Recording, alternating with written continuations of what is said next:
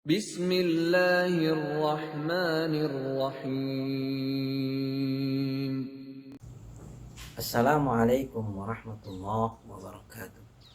Alhamdulillah wassalatu wassalamu ala Rasulillah Sayyidina wa maulana Muhammadin wa ala alihi wa sahbihi ajma'in.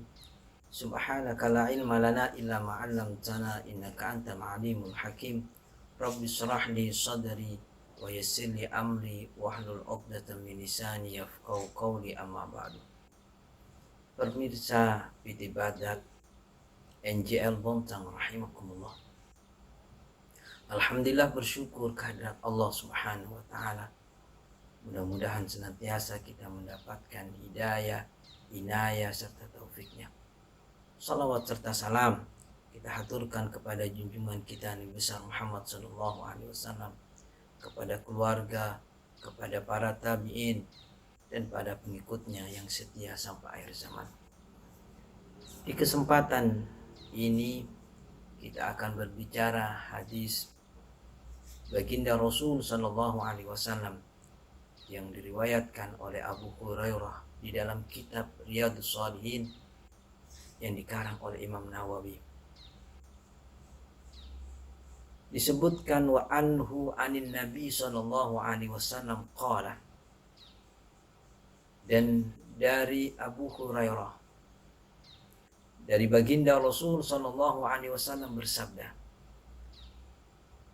ta'isa abdud dinar wad dirham wal qatifa wal khamisah in u'tiya radiyah wa illam yu'ta lam yardah. Rawahul Bukhari. Celaka hamba dinar, hamba dirham, dan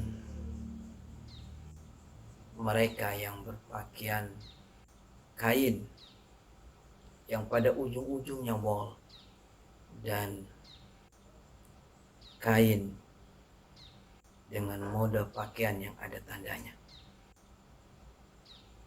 Jika diberikan ia ridho, jika tidak diberi dia tidak ridho. Diriwayatkan oleh Imam Bukhari. Apa ibrah yang dapat kita ambil dari hadis ini? Bahwa janganlah sampai kita diperbudak dengan harta. Jangan sampai melupakan dengan harta yang kita miliki kepada Allah Subhanahu wa taala. Islam tidaklah melarang di antara kita untuk memiliki kekayaan. Bahkan baginda Rasul sallallahu alaihi wasallam menggambarkan manusia kecenderungan untuk memiliki harta yang lebih, yang kadangkala melupakan dia kepada Allah Subhanahu wa taala. Law anna li ibni Adam wadiyan minad dhahab. Seandainya manusia itu memiliki satu lembah dari emas, ahabba ayyakuna lahu wadiyani, maka mereka menginginkan dua lembah dari emas.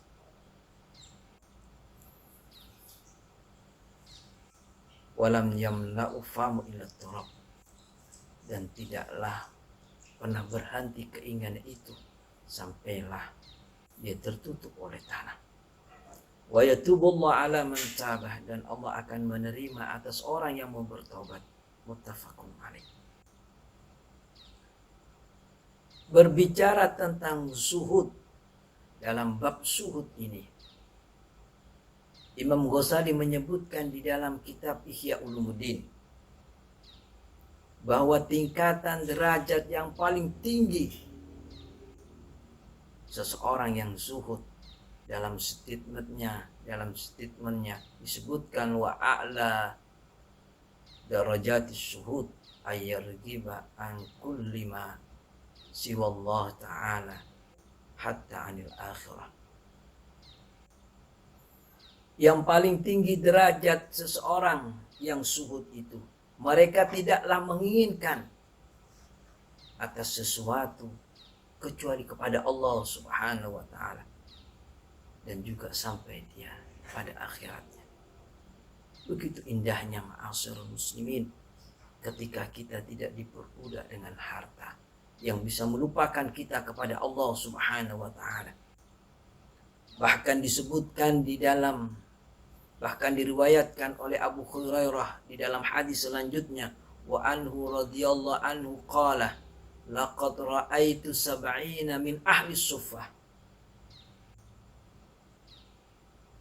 Dikatakan oleh Abu Hurairah, saya melihat 70 dari ahli suffah, mereka yang hidup di masjid, mereka yang hidup sederhana, mereka yang memakmurkan masjidnya Allah Subhanahu wa taala. Bahkan digambarkan ma minhum rajulun alaihi rida, yang tidak ada pada diri mereka jas, imma izarun wa imma kisaun, yang ada hanyalah sarung dan pakaian. Qad rabatu fi a'naqihim, yang telah mereka ikat di leher-leher mereka. Faminha ma yablughu nisfas saqain, ada di antara mereka menggunakan sampai setengah betis mereka. Wa minha yablughu al-ka'bain, ada di antara mereka yang menggunakan sampai mata kaki.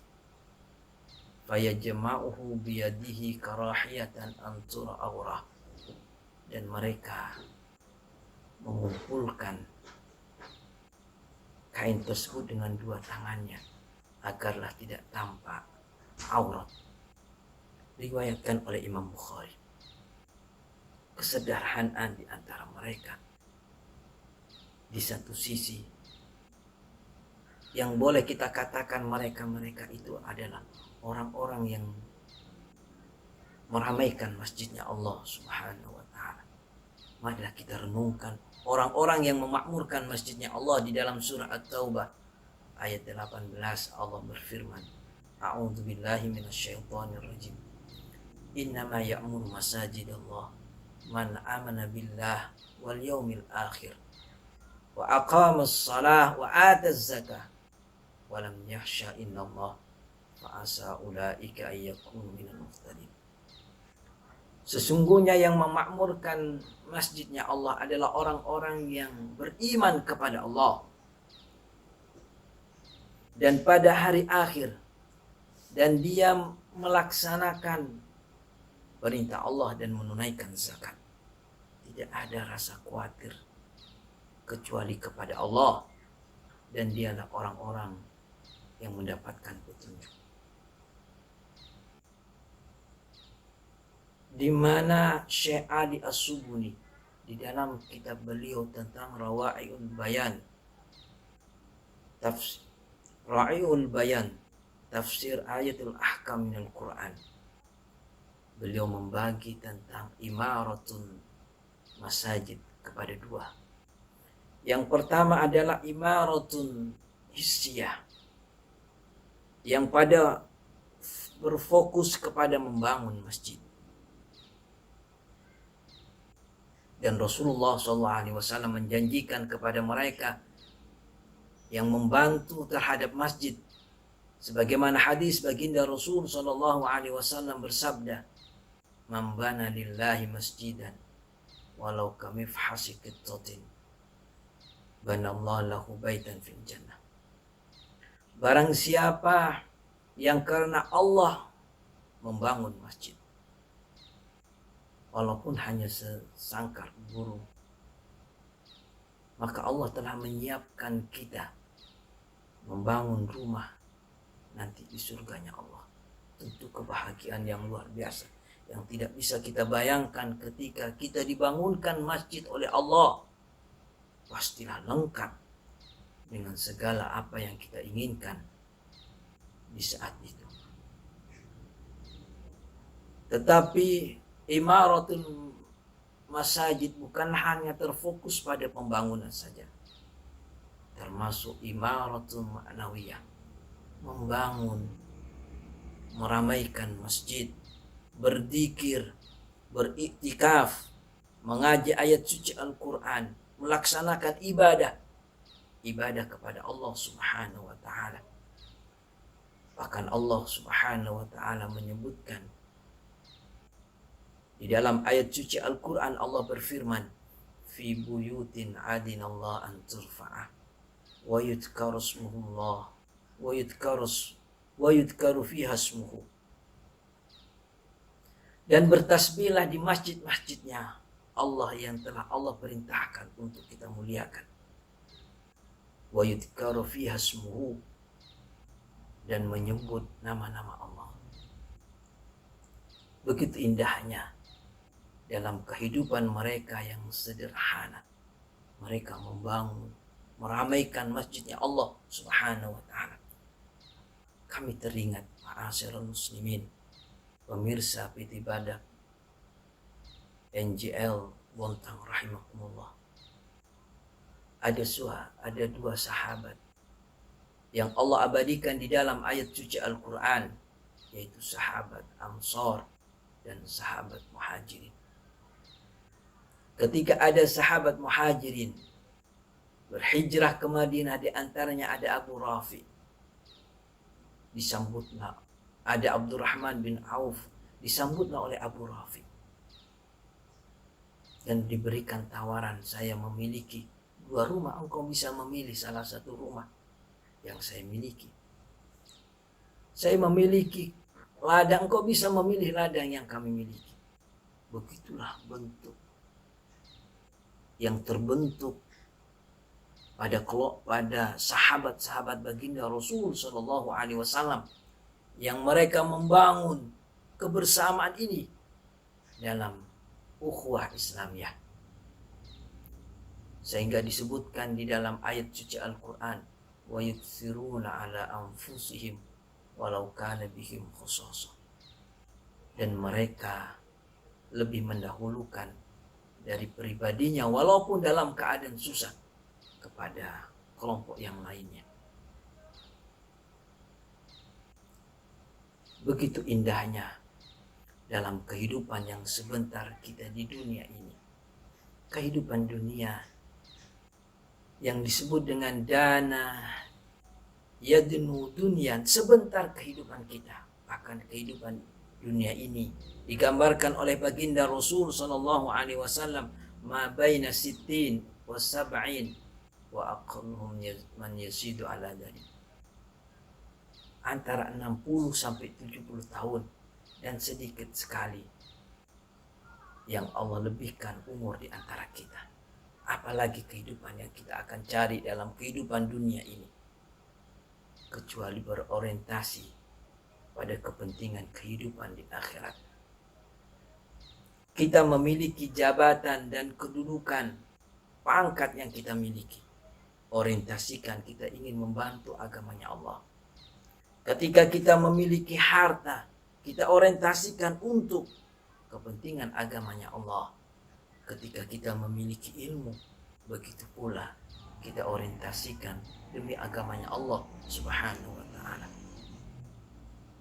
Allah Subhanahu wa ta'ala memberikan kabar gembira pada diri kita ketika orientasi kehidupan ini untuk akhirat. Disebutkan, in tansurullah yansurkum, jika kalian membantu agamanya Allah, pasti Allah akan membantu pada diri kita di dalam kehidupan ini. Karena itu marilah kita renungkan di dalam surah Al-Asr yang memberikan pelajaran besar pada diri kita. Ketika Allah Subhanahu wa taala berfirman, a'udzubillahi minasyaitonir rajim, wal 'asr, demi masa, innal insana lafi khusr, sesungguhnya manusia itu sungguh dalam keadaan merugi. Ketika kita mengumpulkan harta, ketika kita memiliki sesuatu apapun, ketika kita kembali ke hadirat Allah, maka kita akanlah dibawa dengan keranda. Kita akan dipakai baju dengan kain kafan, dan kita akan dimasukkan ke liang lahat. Kekayaan harta seluruhnya akan kita tinggalkan di dunia ini. Maka beruntunglah orang-orang illal ladzina amanu, kecuali orang-orang yang beriman kepada Allah, wa amilus solihat, dan mereka yang melakukan amal soleh, wa tawasaw bil haqqi wa tawasaw bis sabr, dan mereka yang saling menasihati dalam hal kebenaran, dan mereka yang senantiasa menasihati dalam kesabaran. Ketika Imam Syafi'i memberikan penafsiran terhadap surah ini, beliau mengatakan, lau fakkaran nasu ala hadis surah lakafathum. Seandainya manusia mau berpikir, seandainya manusia mau merenung dengan surah ini, maka sudah cukuplah dia untuk menjadi bekal kehidupan mereka di dunia sampai dia kembali ke hadirat Allah Subhanahu wa taala. Semoga kajian kita di kesempatan ini dalam kitab Riyadhus Shalihin tentang kehidupan yang zuhud membentuk pada diri kita untuk bermuhasabah, untuk mengintrospeksi pada diri kita, sehingga senantiasa kita mengejar amal sebanyak mungkin. Fastabiqul khair, berlomba-lomba kita mencari kebaikan. Dan karena itu nilai pada diri manusia itu disebutkan oleh para ulama, rajulun mata ala ma'asha alai, seseorang akan diambil oleh Allah. Itu tergantung masa kehidupan kita. Ketika kita menuai kebaikan kehidupan dunia ini, maka yang dijanjikan oleh Rasulullah akanlah keluar dari lisan kita ucapan kalimat thayyibah la ilaha illallah. Disebutkan dalam hadis, man qala akhiru kalamihi la ilaha illallah dakhalatil jannah.